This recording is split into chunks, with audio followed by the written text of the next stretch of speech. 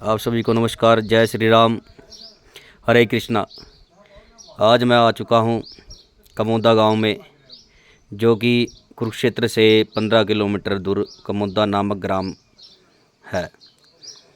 यहीं पर काम्य तीर्थ है और कामेश्वर महादेव जी का मंदिर भी यहीं पर है।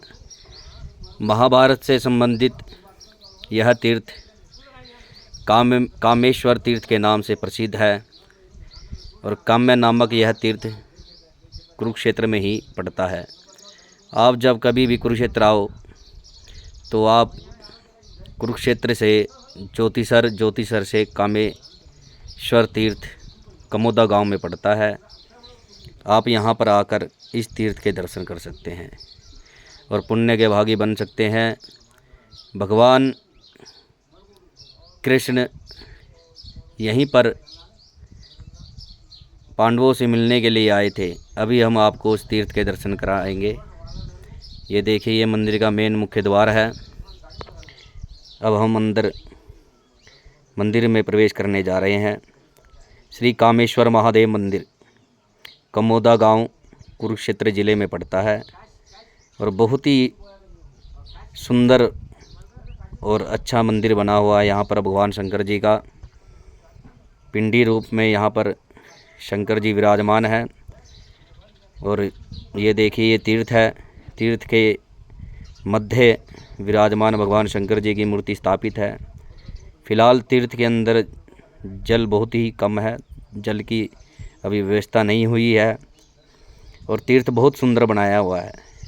चारों तरफ से देखिए, सीढ़ियाँ हैं स्नान करने के लिए। आप कभी भी यहाँ पर आ सकते हैं। और बहुत ही मंदिर देखकर मेरे को बहुत ही अच्छा लगा, क्योंकि मंदिर में साफ़ सफाई की विशेष ध्यान रखा गया है। यहाँ पर काम्यक नामक यह तीर्थ कुरुक्षेत्र से लगभग 15 किलोमीटर दूर है। वामन पुराण के अनुसार कुरुक्षेत्र भूमि में 9 नदियाँ 7 वन थे और उन सब में पवित्र वन काम्य वन कहा जाता है, जो कि सरस्वती तट के साथ मरुभूमि पर फैला हुआ था। इन 7 वनों में अदिति वन, व्यास वन, फल्की वन, सूर्य वन, मधु वन, शीत वन के साथ ही काम्य वन का उल्लेख आता है। ये जो वन है हमारे कुरुक्षेत्र भूमि पर, विशेष रूप से कुरुक्षेत्र में 7 वनों का उल्लेख आता है।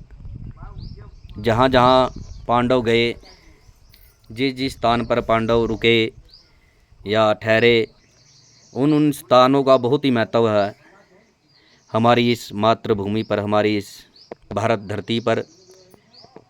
अभी हम आपको दर्शन करा रहे हैं कामेश्वर तीर्थ के। और काम्य वन का जो उल्लेख आता है, शृणु सप्त वनानि कुरुक्षेत्रस्य मध्यतः येषां नामानि पुण्यानि सर्वपापहरणी च। काम्यकं च वनं पुण्यम अदिति वनं महत्, व्यासस्य च वनं पुण्यम फल्की वनमेव च। तत्र सूर्यवनस्थानं तथा मधुवं महत्, पुण्यशीतवनं नाम सर्वकल्माशनाशनम्। वामन पुराण के अनुसार काम्य वन में प्रवेश करने मात्र से ही यहाँ के सारे पाप धुल जाते हैं। अब हम आपके पंडित जी से कुछ पूछेंगे। पांडव रहे थे 8 वर्ष। 8 वर्ष का वनवास। तो इसी से इसका पंडित जी से यहाँ की जानकारी प्राप्त करेंगे। उस टाइम तो जंगल था। वन थे, काम के वन के महाजन जी हैं। तो इसी से फिर इस गांव का नाम कमोदा पड़ा। तो यहाँ के जब पांडव यहाँ पे रहते थे, भगवान कृष्ण जी आए थे, दुर्वासा ऋषि जी, सब ऋषि मुनि आए थे यहाँ पे मिलने। तो उसी समय की फिर शिवलिंग है, भगवान कृष्ण जी आए थे, उन्होंने स्थापना करवाई। तो यहाँ का क्या इतिहास है? के द्वारा यहाँ पे स्थापित किए शिवलिंग है, इतने प्राचीन शिवलिंग है। हाँ, प्राचीन। बहुत बढ़िया। देखिए पंडित जी ने हमको कितनी अच्छी और इस कुंड के स्नान करने का महत्व शुक्ल पक्ष की सप्तमी दिन रविवार का। हाँ जी। जब यही शुक्ल पक्ष की सप्तमी दिन रविवार करता है, तो इसका पांडवों ने इंतजार किया था। तो इसके नहाने से पापों से मुक्ति मिलती है। इस तीर्थ में स्नान करने से शुक्ल पक्ष की सप्तमी दिन रविवार। शुक्ल पक्ष की सप्तमी दिन रविवार। शुक्ल पक्ष की या कोई महीना विशेष है? हाँ मतलब हाँ कोई महीना में कोई भी शुक्ल पक्ष की सप्तमी तो हर महीने पड़ती है, मगर दिन रविवार भी होना चाहिए। दिन रविवार होना चाहिए, ठीक है। देखिए पंडित जी ने कितने अच्छी बात बताई है, शुक्ल पक्ष की सप्तमी अगर रविवार आता है। देखिए कितनी अच्छी जानकारी पंडित जी ने हमको दी। पंडित जी ने बताया कि शुक्ल पक्ष की सप्तमी दिन रविवार को इस तीर्थ पर स्नान करने का बहुत बड़ा महत्व है। तो आप आइए शुक्ल पक्ष की सप्तमी को दिन रविवार और इस तीर्थ पर स्नान कीजिए। और अब हम आपको भोलेनाथ जी के दर्शन कराते हैं और दर्शन का सौभाग्य प्राप्त कराते हैं। पहले आप यहाँ पर सूर्य नारायण भगवान जी के दर्शन कीजिए, क्योंकि इनका बड़ा ही महत्व है। यहाँ पर इस तीर्थ पर सूर्य भगवान जी का बहुत ही महत्व है। यहाँ पर इनकी मूर्ति बनाई हुई है बहुत ही सुंदर। और विशेष तो मेरे को यहाँ जो अच्छी बात लगी है कि मंदिर की साफ़ सफाई का बहुत अच्छी व्यवस्था है यहाँ पर। मतलब कि मंदिर पे टाइल लगी हुई है और सफाई का बहुत ही विशेष ध्यान रखा गया है। अब हम भगवान शंकर जी के रुद्राभिषेक करेंगे जल के द्वारा।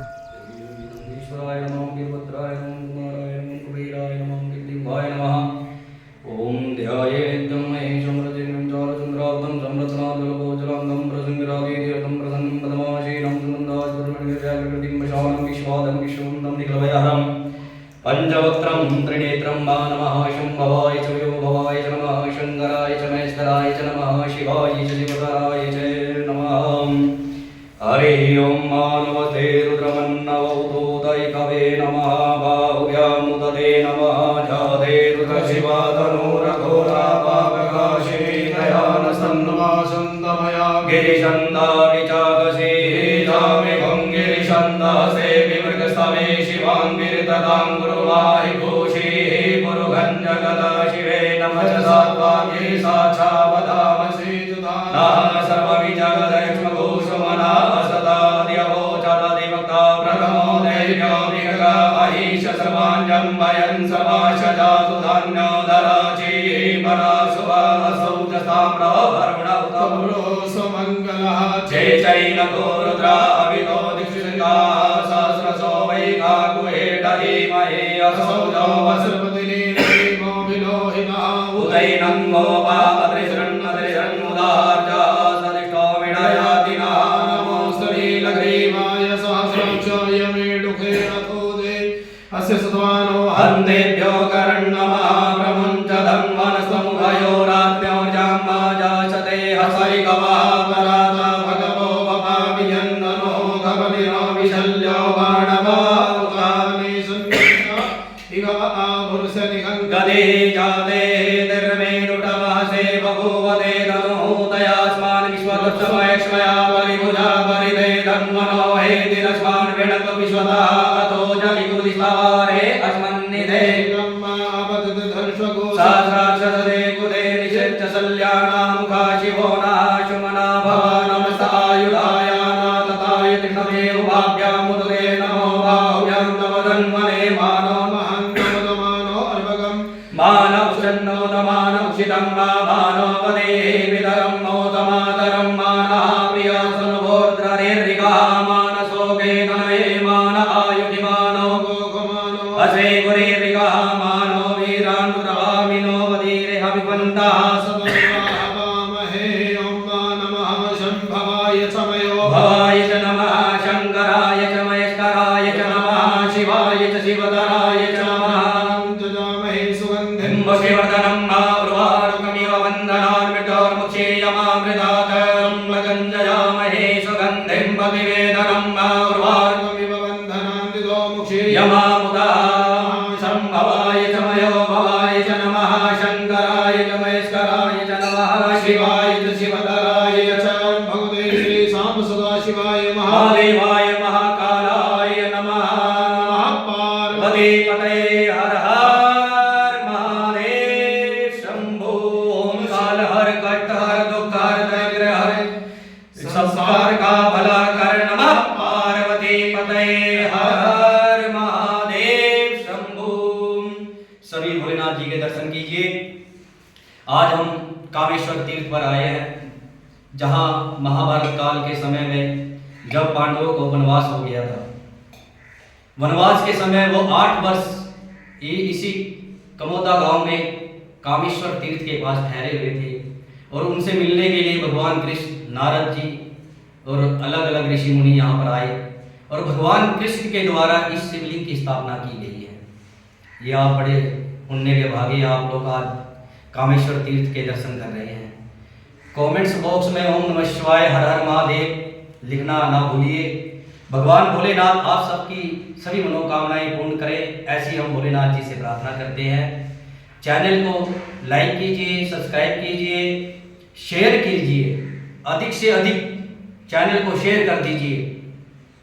हमारी यही इच्छा होती है कि आप लोगों को जो भी हमारे धार्मिक स्थल है, देव स्थान है, तीर्थ स्थान है, उनके दर्शन करा पाए।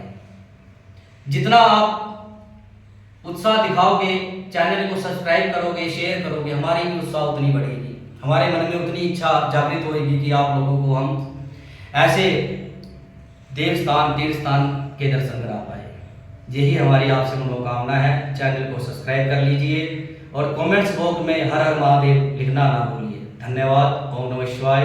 हम फिर आपसे मिलेंगे नेक्स्ट ब्लॉग में, अगले स्थान देव स्थान के दर्शन कराएंगे आपको।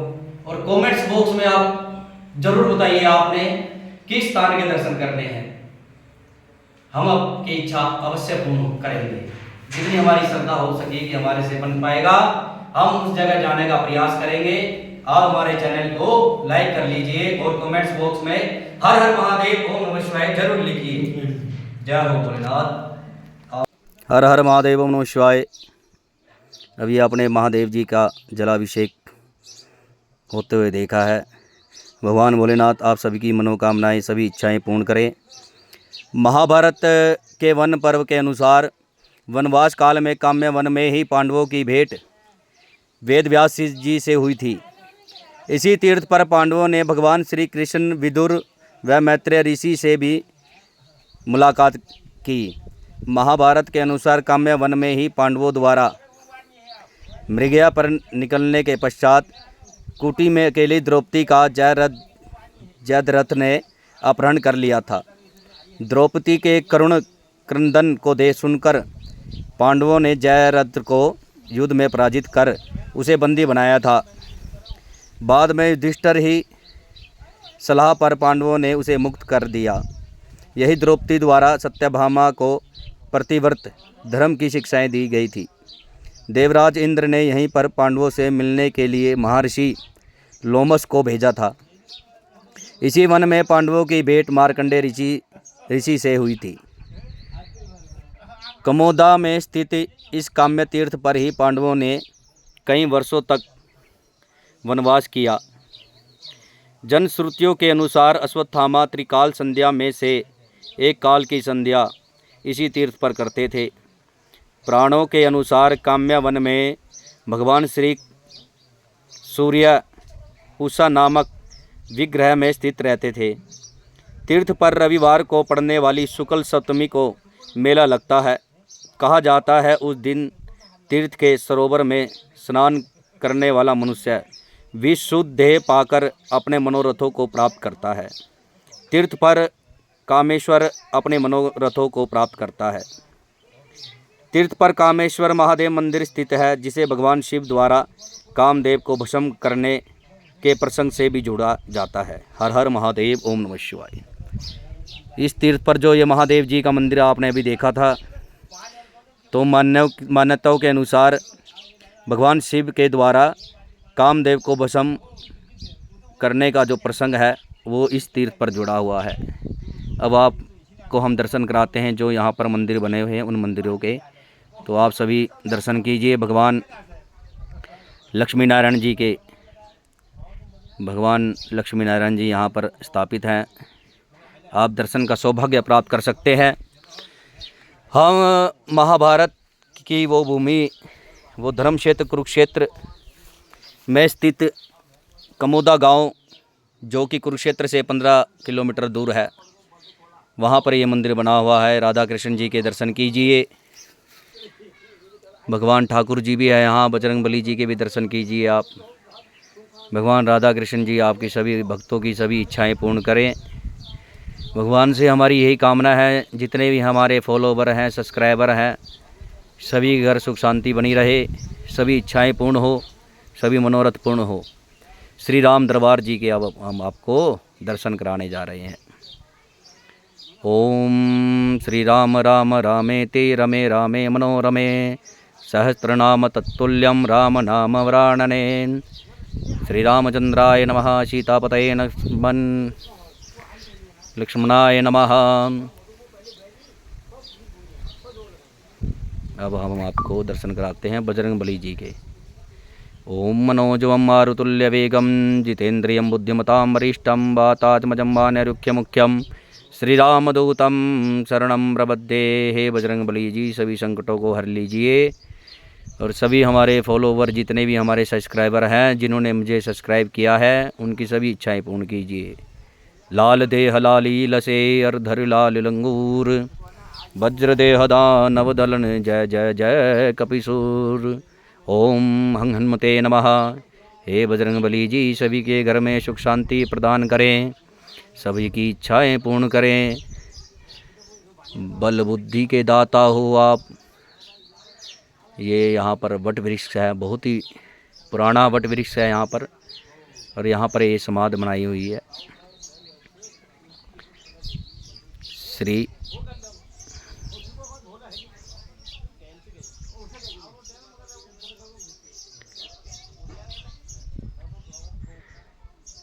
देखिए कितना ही सुंदर है ये मंदिर। कामेश्वर महादेव जी का मंदिर है ये, और कामेश्वर तीर्थ के नाम से विख्यात है ये। आप अपने फ़ोन में सर्च करिए इस तीर्थ के बारे में, और उस तीर्थ के बारे में आपको जानकारी प्राप्त होगी। यहाँ पर कुंड की भी व्यवस्था है, और यहाँ पर आकर मुझे बहुत ही आनंद का अनुभव महसूस हुआ, बहुत ही अच्छा लगा। क्योंकि जिस मंदिर की देख रेख व्यवस्था बहुत अच्छी और स्वच्छ हो, वहाँ पर आकर मन खुश हो जाता है, बहुत ही मन खुश हो जाता है। काम्य वन में संजय की श्री कृष्ण विदुर और पांडवों से भेंट। धृतराष्ट्र ने संजय से कहा कि मुझसे विदुर का अपमान बर्दाश्त नहीं हुआ, तुम जाकर उन्हें ले आओ, नहीं तो मैं प्राण त्याग दूंगा।